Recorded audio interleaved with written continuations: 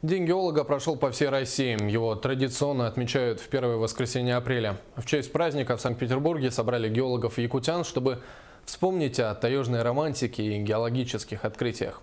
Тему продолжит наш корреспондент Анастасия Данилова.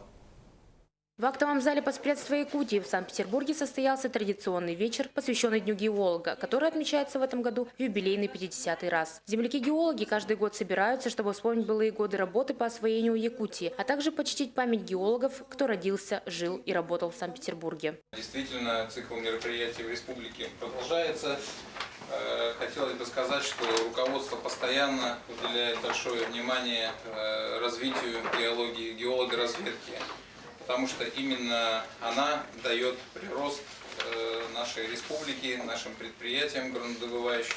Если бы не тот базис, который был заложен в ваше время, я думаю, сейчас мы бы не были, как говорится, настолько успешны, насколько мы успешны сейчас. В этот вечер организаторы мероприятия торжественно вручили подарки заслуженным деятелям науки. Также вниманию публики были предоставлены 2 видеофильма о знаменательных местах родной республики. В 60-й год у нас была большая поездка от реки Сектях на Лене. Знаете, Сектях?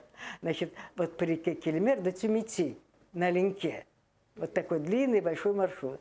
Мы изучали вопрос о палеолене, о древней лене. И вот там-то как раз мой этот, как он, промывальщик, рабочий, находил в шлихах достаточно много алмазов.